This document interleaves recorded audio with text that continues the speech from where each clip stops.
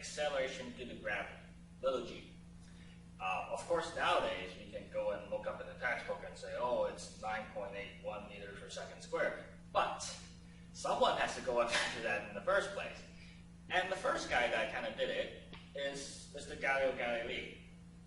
He is a brilliant scientist, of course, and he was the first guy that not only discovered that the acceleration due to gravity is constant, he also discovered that it's the same for objects of all different masses, and of course he wants to get a handle on how big this acceleration is.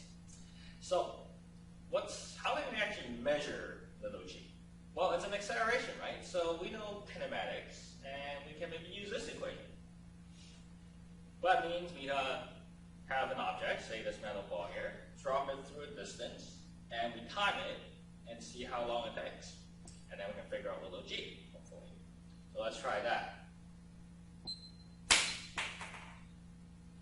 So that took about half a second or so. And considering how fast my trigger finger is, what do you think the uncertainty is on that?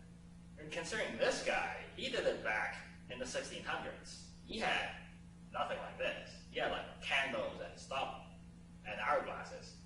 So what do you think his chance of doing that is? So he has to slow gravity down somehow.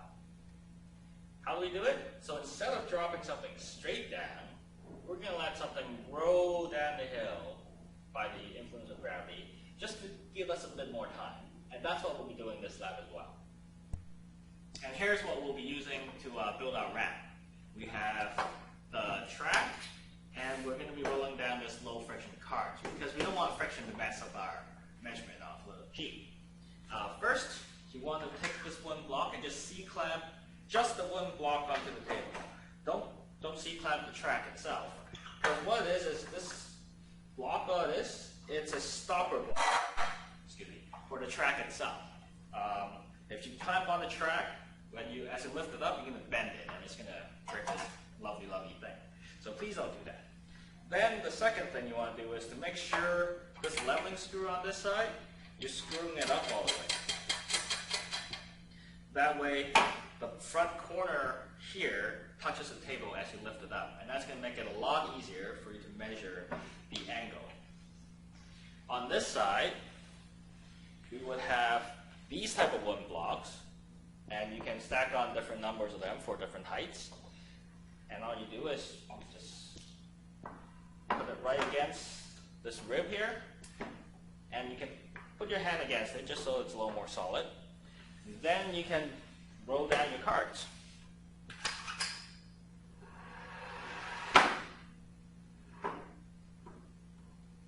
That's not too bad, eh? And of course, because we have even better technology, we're not going to be using stopwatches. We'll be using a motion detector, which you've probably already used, to measure the acceleration directly itself.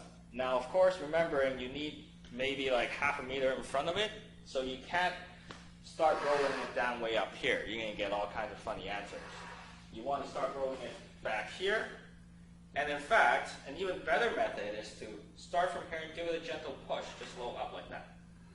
Because that way you have both upwards and downwards, and that will cancel out the friction. And that's what we'll be doing.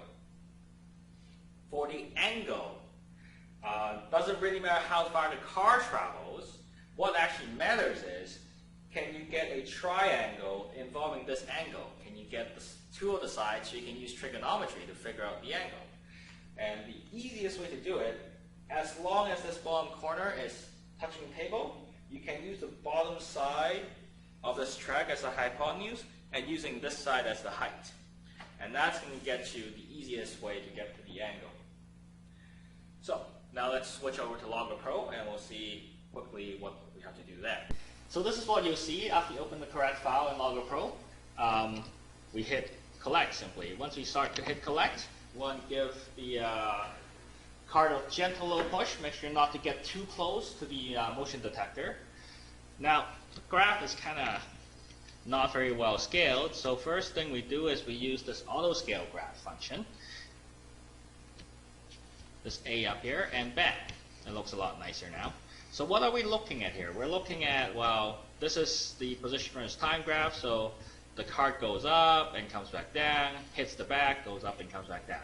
All we're interested in is the first set before it comes back down and hits the back of the ramp. So that's this part here. This is the part where it has constant acceleration in the v versus time graph, and to get acceleration we want to use the slope. And that's through here with the linear fit, r equals. After highlighting the right spot and then we hit r equals, we get the slope directly. And double click on that, we can also get to show the uncertainty. And of course the slope of the velocity versus time graph is your acceleration, so you can record that down. And then we'll plot a bunch of these with all the different heights for the different accelerations versus the sine theta, so that we can use all our data at once. We don't want to calculate the g for each individual case, but we want to use all the data at once, and that's why we use this graph. So hopefully you can repeat this a few more times in your lab and come in and have fun. See you.